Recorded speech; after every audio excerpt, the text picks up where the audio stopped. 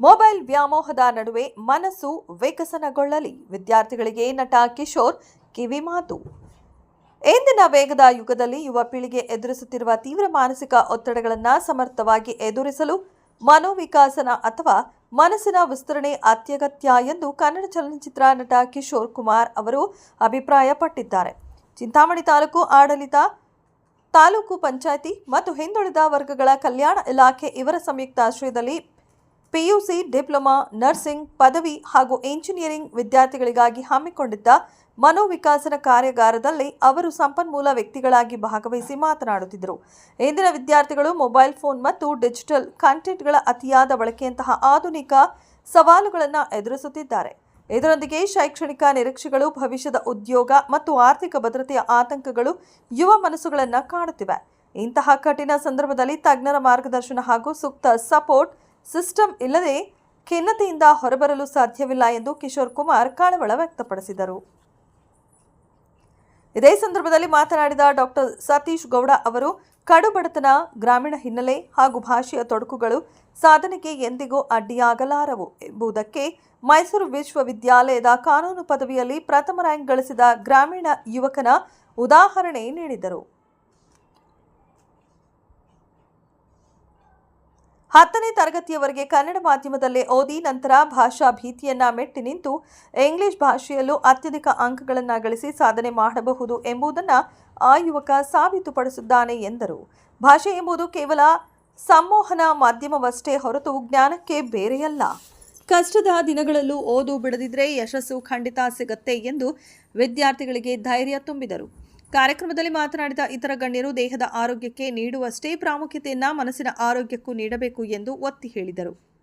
ಇನ್ನು ಈ ಕಾರ್ಯಕ್ರಮದಲ್ಲಿ ತಾಲೂಕು ಪಂಚಾಯಿತಿ ಕಾರ್ಯನಿರ್ವಹಣಾಧಿಕಾರಿ ಎಸ್ ಆನಂದ್, ತಾಲೂಕು ಹಿಂದುಳಿದ ವರ್ಗಗಳ ಅಧಿಕಾರಿ ಸತ್ಪಾಲ್, ಮುತ್ತುರಾಜ್, ಬಸವರಾಜ್ ಸೇರಿದಂತೆ ಇತರ ಇಲಾಖೆಯ ಅಧಿಕಾರಿಗಳು ಹಾಗೂ ನೂರಾರು ವಿದ್ಯಾರ್ಥಿಗಳು ಉಪಸ್ಥಿತರಿದ್ದರು. ಒಂದಷ್ಟು ನೋಡಿದ್ದಕ್ಕೆ ಬಂದದ್ದಕ್ಕೆ ಕಾರಣ ಸತ್ಪಾಲ್ ಅವರು, ತುಂಬಾ ಧನ್ಯವಾದ. ತುಂಬಾ ಖುಷಿ ಅನ್ಸುತ್ತೆ ಇಷ್ಟೊಂದು ಜನ ಮಕ್ಕಳು ಒಟ್ಟಿಗೆ ಬಂದು ಕೂತು ಕೇಳಿದಾಗ. ನನಗೆ ಮಾತಾಡೋದೆಲ್ಲ ನಮ್ದೆಲ್ಲ ಮಾತಾಡ್ತಾ ಇದ್ವಿ. ಇದಕ್ಕೆ ಮುಂಚಿನ ಸೆಷನ್ ನಡೀತಲ್ಲ, ಅದರಲ್ಲಿ ಒಂದ್ ಸ್ವಲ್ಪ ಕೂತಿದ್ನಲ್ಲ, ನಿಮ್ಮ ರಿಯಾಕ್ಷನ್, ನಿಮ್ಮ ಇಂಟರಾಕ್ಷನ್, ನಿಮ್ಮ ಎಕ್ಸ್ಪರ್ಟ್ ಜೊತೆ ತುಂಬಾ ಖುಷಿ ಅನಿಸ್ತು. ಕಲಿಯೋದಕ್ಕೆ ಇಷ್ಟೊಂದು ಓಪನ್ ಆಗಿ ಇಷ್ಟೊಂದು ಮಕ್ಕಳು ಬಂದಿರೋದು ತುಂಬಾ ಭರವಸೆ ಕೊಡುತ್ತೆ. ನಾವು ಜಗತ್ತು ಮುಗಿದಲ್ಲಿ ಏನು ಆಗ್ತಾ ಇಲ್ಲ ಅಂತ ವೈದ್ಯಲ್ಲೇ ಬದುಕ್ತಾ ಇರ್ತೀವಿ ದಿವಸ. ತುಂಬಾ ಭರವಸೆ ಕೊಡುತ್ತೆ, ತುಂಬಾ ಖುಷಿ ಆಯ್ತು. ಇದು ಹೆಸರು ನೋಡಿದ ತಕ್ಷಣ ತುಂಬಾ ಖುಷಿ ಆಗುತ್ತೆ. ಒಳ್ಳೆ ಹೆಸರು, ಮನೋವಿಕಸನ ಕಾರ್ಯಾಗಾರ ಅಂತ. ಮನೋವಿಕಸನ ಅಂದ್ರೆ ಏನು ಅಂತ ನಿಮ್ಗೆ ನಿಮ್ಮ ಐಡಿಯಾ ಏನು ಅನ್ಸುತ್ತೆ? ಯಾರಾದ್ರೂ ಹೇಳ್ಬೋದಾ? ಮನಸ್ಸು ವಿಕಾಸ ಆಗೋದು ಅಂದ್ರೆ ಏನು? ವಿಕಾಸ ಅಂದ್ರೆ ಏನು? ದೊಡ್ಡದಾಗೋದು ಅಲ್ವಾ? ವಿಕಸನ ಅಂದ್ರೆ ದೊಡ್ಡದಾಗೋದು. ಮನಸ್ಸು ದೊಡ್ಡದಾಗೋದ್ರೆ ಏನಾಗುತ್ತೆ? ಮನಸ್ಸು ದೊಡ್ಡದಾಗುತ್ತೆ ಅಷ್ಟೇ.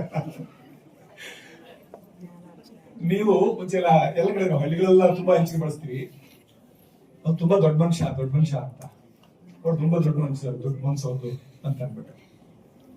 ನಿಮಗೆ ಮನಸ್ಸು ಯಾಕೆ ದೊಡ್ಡದಾಗ್ಬೇಕು ಅಂತ ಸುಮ್ಮನೆ ನಾನು ಯೋಚನೆ ಮಾಡ್ತಾ ಇದ್ದೆ. ನನ್ನ ಹುಚ್ಚ ಆಲೋಚನೆಗಳಲ್ಲಿ ನಾನು ಯೋಚನೆ ಮಾಡ್ತಾ ಇದ್ದೆ. ಮನಸ್ಸು ದೊಡ್ಡದಾದ್ರೆ ಏನಾಗುತ್ತೆ?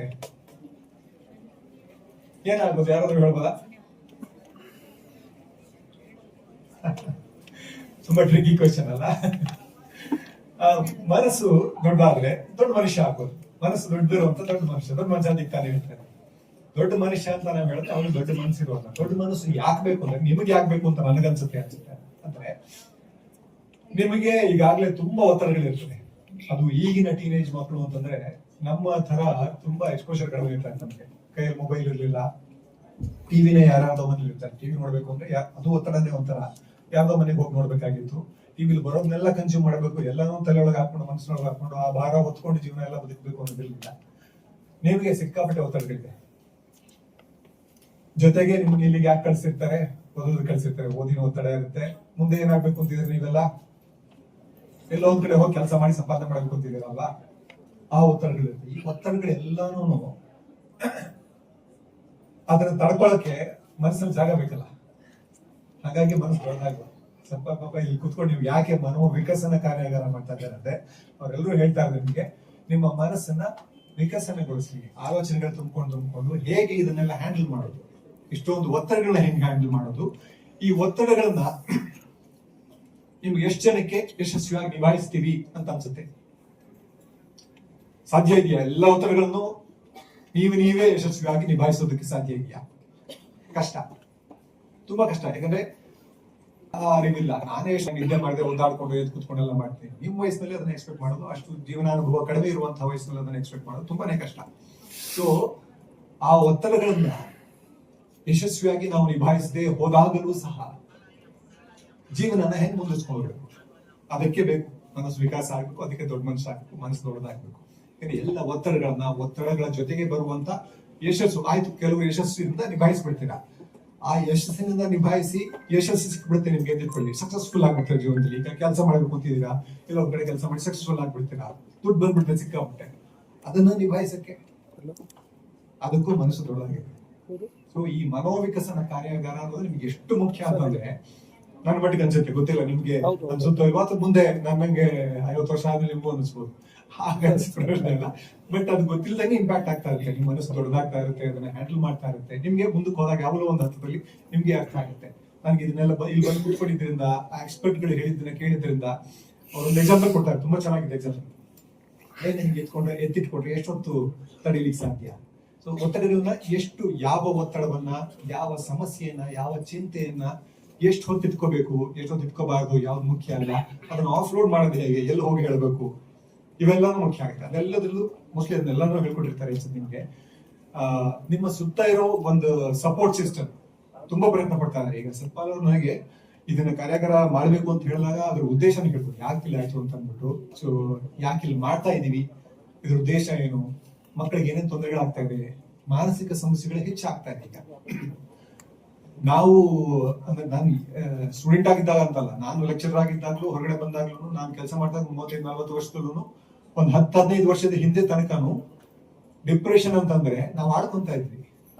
ಕೊಟ್ಟು ಜಾಸ್ತಿ ಆಗಿದೆ ಡಿಪ್ರೆಷನ್ ಅಂತ ಒಂದು ಪದ ಸಿಕ್ಬಿಟ್ಟಿಂದ ಹೇಳ್ಕೊಂತ ಇರ್ತಾ ಇದಾರೆ ಅಂತ. ಯಾವಾಗ ನನಗೆ ಆ ಸಮಸ್ಯೆ ಬಂತು ಆಗ್ಲಷ್ಟೇ ಅರ್ಥ ಆಯ್ತು, ಇದನ್ನ ಹ್ಯಾಂಡಲ್ ಮಾಡಕ್ ಆಗೋದೇ ಇಲ್ಲ. ಇನ್ನೊಬ್ಬರ ಎಕ್ಸ್ಪರ್ಟ್ ಅದನ್ನ ಹ್ಯಾಂಡಲ್ ಮಾಡಿ ಅನುಭವ ಇರುವಂತವರ ಸಹಾಯ ಇಲ್ಲ ಅಂದ್ರೆ ಸಾಧ್ಯನೇ ಇಲ್ಲ. ಸೊ ಹಾಗಾಗಿ ಇದು ತುಂಬಾ ಮುಖ್ಯವಾದ ಕೆಲಸ ಇವ್ರು ಮಾಡ್ತಾ ಇರೋದು ಅಂತ ನನಗೆ ಅನ್ಸುತ್ತೆ. ಯಾಕಂದ್ರೆ ನಿಮ್ಮ ಅನುಭವಕ್ಕೆ ಇದು ಡೈರೆಕ್ಟ್ ಆಗಿ ಬರದೇ ಹೋಗ್ಬೋದು, ಆದ್ರೆ ಇವತ್ತು ಕಲಿತ ಪಾಠಗಳು ನಿಮ್ಗೆ ಜೀವನದಲ್ಲಿ ಎಲ್ಲೋ ಒಂದ್ ಕಡೆ ಅನುಭವ ಬರುತ್ತೆ. ತೀರಾ ಒತ್ತಡದಲ್ಲಿ ಕುತ್ಕೊಂಡಾಗ, ತಡೆಯಕ್ಕೆ ಆಗಲ್ಲ, ಇದನ್ನ ಹ್ಯಾಂಡಲ್ ಮಾಡಕ್ಕೆ ಆಗಲ್ಲ ಅನ್ನೋ ಪರಿಸ್ಥಿತಿ ಬಂದಾಗ, ತುಂಬಾ ಎಕ್ಸ್ಟ್ರೀಮ್ ಸ್ಟೆಪ್ ತಗೋಬೇಕು, ಈಗ ನಾನು ಬದುಕಕ್ಕಾಗಲ್ಲ ಅನ್ನೋ ಪರಿಸ್ಥಿತಿ ಬಂದಾಗೆಲ್ಲ ಈ ತರದ ಪುಟ್ಟ ಪಾಠಗಳು ನಿಮಗೆ ಬೆಳಕಾಗಿ ಕಾಣಿಸ್ತದೆ. ಒಂದು ನನಗನ್ಸುತ್ತೆ. ಹಾಗಾಗಿ ಇದು ತುಂಬಾನೇ ಮುಖ್ಯ ಅಂತ ನಾನು ಹೇಳ್ತಾರೆ. ಸೊ ಆ ಯಶಸ್ಸನ್ನ ಹ್ಯಾಂಡಲ್ ಮಾಡೋದು ಆಗ್ಲೇ ಹೇಳ್ತಾ ಇದ್ದೆ. ಸೊ ದುಡ್ಡು ಬಂದ್ಬಿಡುತ್ತೆ, ಯಶಸ್ಸನ್ನ ಹ್ಯಾಂಡಲ್ ಮಾಡೋದಕ್ಕೂ ನಿಮ್ಮ ಮನಸ್ಸು ದೊಡ್ಡದಾಗಿರೋದು.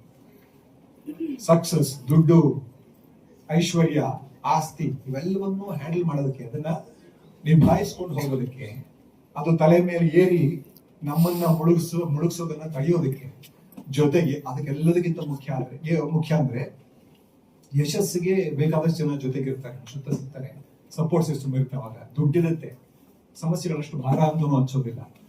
ಸೋಲನ್ನ ಹೆಂಗ್ ಹ್ಯಾಂಡಲ್ ಮಾಡೋದು? ಸೋಲು ಜೀವನದಲ್ಲಿ ಬರ್ತಾನೆ ಇರ್ತಾರೆ. ಇವತ್ತು ನಿಮ್ಮನ್ನ ನೀವು ಇಲ್ಲಿ ಬಂದಿದ್ದೀರಾ, ಒಂದು ಎಕ್ಸಾಂಪಲ್ ನಾನು ಫೇಲ್ ಆಗೋದು ಅದು ಬರೀ ಅಕಾಡೆಮಿಕ್ ಅಂತ ಹೇಳ್ತಾರೆ. ಈಗ ಯಾರು ಲವ್ ಮಾಡ್ಬಿಡ್ತೀರ, ಅದನ್ನ ವಯಸ್ಸಿಗೆ ಸಹಜವಾಗಿ ಆಗುವಂಥದ್ದೇ. ಲವ್ ಫೇಲ್ಯೂರ್ಗಳಾಗ್ತವೆ. ಅದು ಈಗಿನ ಜಗತ್ತಿನಲ್ಲಿ ಎಲ್ರಿಗೂ ಇಂಡಿಪೆಂಡೆಂಟ್ ವ್ಯಕ್ತಿತ್ವ ಇದೆ, ಹೊಂದಿಕೊಂಡು ಹೋಗುವಂತಹ ಮನಸ್ಸುಗಳು ತುಂಬಾ ಕಡಿಮೆ ಆಗ್ತಾ ಇದೆ. ಯಾಕಂದ್ರೆ ಎಲ್ಲರೂ ಇಂಡಿವಿಜುವಲ್ ಪರ್ಸನಾಲಿಟಿಗಳನ್ನ ಬೆಳೆಸ್ಕೊಂತಾ ಇದ್ದೀರಾ, ವಿಚ್ ಇಸ್ ಗುಡ್. ಸೊ ಹಾಗಿರುವಾಗ ಹೊಂದ್ಕೊಂಡು ಹೋಗೋದು ಅಥವಾ ನಮ್ಮ ವ್ಯಕ್ತಿತ್ವವನ್ನ ಅಥವಾ ನಾವು ಸೋತು ಇನ್ನೊಬ್ಬರನ್ನ ಗೆಲ್ಲೋದು ಬಿಡೋದು ಇವೆಲ್ಲ ತುಂಬಾ ಕಡಿಮೆ ಆಗ್ತದೆ. ಈ ತರದ ಸಂದರ್ಭದಲ್ಲಿ ನಿಮ್ಮ ವೈಯಕ್ತಿಕ ಸಂಬಂಧಗಳಲ್ಲೂ ನೀವು ಸೋಲನ್ನ ಅನುಭವಿಸಬಹುದು. ಆ ಸೋಲನ್ನ ಹ್ಯಾಂಡಲ್ ಮಾಡೋದು ಹೇಗೆ? ಅದೆಲ್ಲದಕ್ಕೂ ಮನಸ್ಸು ದೊಡ್ಡದಾಗಿರ್ಬೇಕು.